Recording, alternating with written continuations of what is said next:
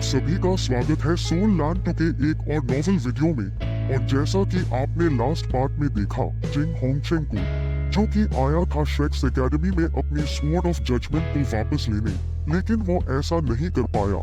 लेकिन अब श्रेक्स एकेडमी से वापस तो जाएगा, लेकिन खाली हाथ भिखारी बनकर। ऐसा क्यों और कैसे, इसके लिए देखते रहिए इस वीडियो को आखिरी तक। जिंग होंगचेंग को देखते हैं, जो जैसे ही ये सभी बातें बता रहा होता है, तभी इसका ध्यान युहाओं के ऊपर जाता है, जिसे देख के जिंग होंगचेंग मन में कहता है तो यही है हुआ युहाओ, और एक्सचेंज स्टूडेंट के रूप में इसे यहाँ से ले जाना सही रहेगा।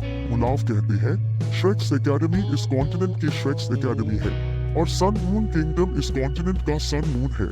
जिस पर जिंग होंगचेंग कहता है ठीक है, ये जूनियर समझ गया, और इतना कह के ये यहाँ से जाने लगता है। लेकिन तभी मुनाफ इसे रुकने के लिए कहते हैं, और ये ऐसी जगह नहीं है जहाँ पर तुम अपनी इच्छा के अनुसार आ सको या जा सको। इसलिए रैंक 9 स्पिरिट गाइडेंस टूल के उस पीस को पीछे यहीं पर छोड़ के जाओ, और इस चीज को तुम पोसेडन पवेलियन के एंट्रेंस की फीस भी समझ सकते हो। जिंग होंगचेंग इन्हें देख के मन में कहता है ये तो काफी ज्यादा निर्दयी है, और मेरी भी इच्छा यहाँ पर और ज्यादा देर रुकने की नहीं है। लेवल 9 का स्पिरिट गाइडेंस टूल को बाहर निकालते हुए कहता है, और अब जब ऐसी बात है तो इस जूनियर को सीनियर की इच्छा को पूरा करना ही होगा।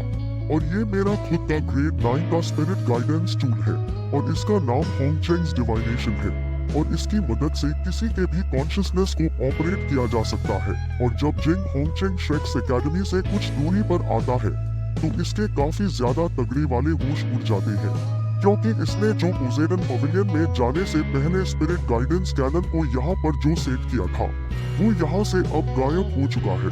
और ये इस चीज को देख के काफी हैरान परेशान होते हुए कहता है आखिर वो कहाँ गए, ऐसा नहीं हो सकता है, और हो ना हो इसके पीछे उन श्रेक्स एकेडमी के कमीनों का ही हाथ होगा। और फिर हमें पोसेडन पवेलियन का सीन दिखाया जाता है, जहाँ पर सोल स्पिरिट गाइडेंस के हेड मास्टर कियान डोडो काफी जोर जोर से हंस रहे होते हैं, जहाँ पर ये कहते हैं ये तो सच में काफी ज्यादा सेटिस्फाइंग था, और पक्का अब जिंग होंगचेंग का काफी तगड़ा वाला दिमाग खराब हो गया होगा, और सच में अभी मेरा मन उसको खुद अपनी आंखों से देखने का कर रहा है। और मुनाफ कहते हैं मुझे उम्मीद है कि स्पिरिट गाइडेंस डिपार्टमेंट को इससे काफी फायदा होगा। और इस तरफ वोंग डोंग और युहाओ को बिल्कुल भी समझ में नहीं आता है कि यहाँ पर क्या चल रहा है। और इस तरफ सोल स्पिरिट वेपन के हेड मास्टर कहते हैं इस चीज को तुम लोगों से छिपाने का कोई भी मतलब नहीं है। जिंग होंगचेंग ने पोसेडन पवेलियन में आने से पहले कुछ स्पिरिट गाइडेंस कैनन को श्रेक्स एकेडमी के आउटसाइड टेरिटरी में सेट कर दिया था, और जब बाद में मुनाफ को इस बारे में पता चला, तो इन्होंने इस बारे में हमें इन्फॉर्म कर दिया, और हम तुरंत जाकर उन्हें कनेक्ट कर लिए। और वो टोटल 8 स्पिरिट गाइडेंस कैनन थे, जिसमें से 4 ग्रेड 8 के थे, जबकि 4 ग्रेड 9 के थे। और पक्का उसका दिल टूट के अब तक चकनाचूर हो गया होगा। और ग्रेड 8 और ग्रेड 9 का सुन के युहाओ भी थोड़ा सरप्राइज होता है। और फिर हेडमास्टर डोडो बताता है इस बार उन्होंने टोटल 9 स्पिरिट गाइड टूल को खो दिया है, तो पक्का इस वजह से वर्चुअस हॉल को काफी ज्यादा सफर करना पड़ेगा। और फिर मुनाफ कहते हैं लेकिन तुम लोग भी केयरफुल रहना, क्योंकि अगर ये एक्सप्लोर करते हैं तो ये कोई छोटा मोटा मसला नहीं होगा। जिस पर हेडमास्टर कहते हैं ठीक है, मैं काफी ज्यादा केयरफुल रहूंगा। तभी युहाओ मुनाफ से पूछता है टीचर सिस्टर माजियाओ डाओ कैसी है, और क्या कोई ऐसा रास्ता है जिससे कि उन्हें बचाया जा सके। और अगर मेरी कोई भी जरूरत होती है तो आप बेशक मुझे ऑर्डर सकते हैं, मैं डेफिनेटली सिस्टर को हील करने में मदद जरूर करूंगा।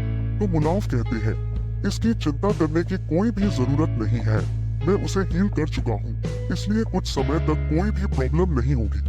मुनाफ युहाओ और वोंग डोंग से कहते हैं चलो मैं तुमसे एक चीज पूछता हूँ, तुम लोगों को क्या लगता है कि आज मैंने जिंग होंगचेंग को पोसेडन पवेलियन में क्यों आने दिया। और मुनाफ के इस सवाल से वोंग डोंग और युहाओ भी थोड़े से हैरान होते हैं। और फिर युहाओ मन में कहता है आखिर टीचर के इरादे क्या है। और तभी वोंग डोंग कहता है मुझे लगता है कि सन मून किंगडम को डराने के लिए, और मैंने टीचर से सुना है कि इनका फाइट को शुरू करने का इरादा भी है। और फिर मुनाफ कहता है युहाओ तुम्हारा क्या कहना है। जिस पर युहाओ कहता है मेरे थॉट्स इससे ज्यादा अलग नहीं है, और मुझे ये भी लगता है कि वो स्टूडेंट के एक्सचेंज पर काफी ध्यान दे रही है। तो मुलाफ कहते हैं, तुम दोनों ने जो भी कहा है बिल्कुल सही कहा है। ऐसा उनको डराने के लिए और फायदा उठाने के लिए किया है। लेकिन इन सभी में जो सबसे ज्यादा इम्पोर्टेंट कारण है वो ये है कि ये तुम्हारी ग्रोथ के लिए किया गया है।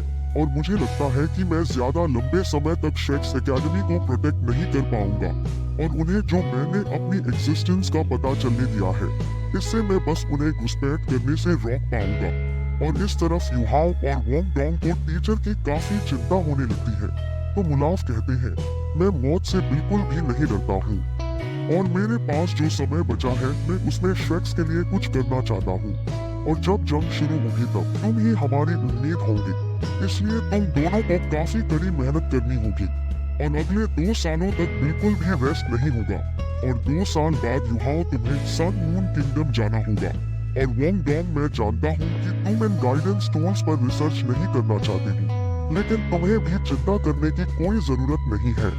और तुम लोगों के बीच में जो दूरी होगी उससे तुम्हारी स्पिरिट फ्यूजन पर कोई भी असर नहीं पड़ेगा। और वोंग डोंग यही सोच के परेशान होने लगता है कि उसे 3 सालों के लिए युहाओं से अलग रहना पड़ेगा। और फिर मुलाफ कहते हैं, स्पिरिट गाइडेंस स्टोन का जो डेवलपमेंट है उसे और ज्यादा डिले नहीं किया जा सकता है और मेरे अनुमान से अगले 5 से 10 सालों में जंग शुरू हो सकती है।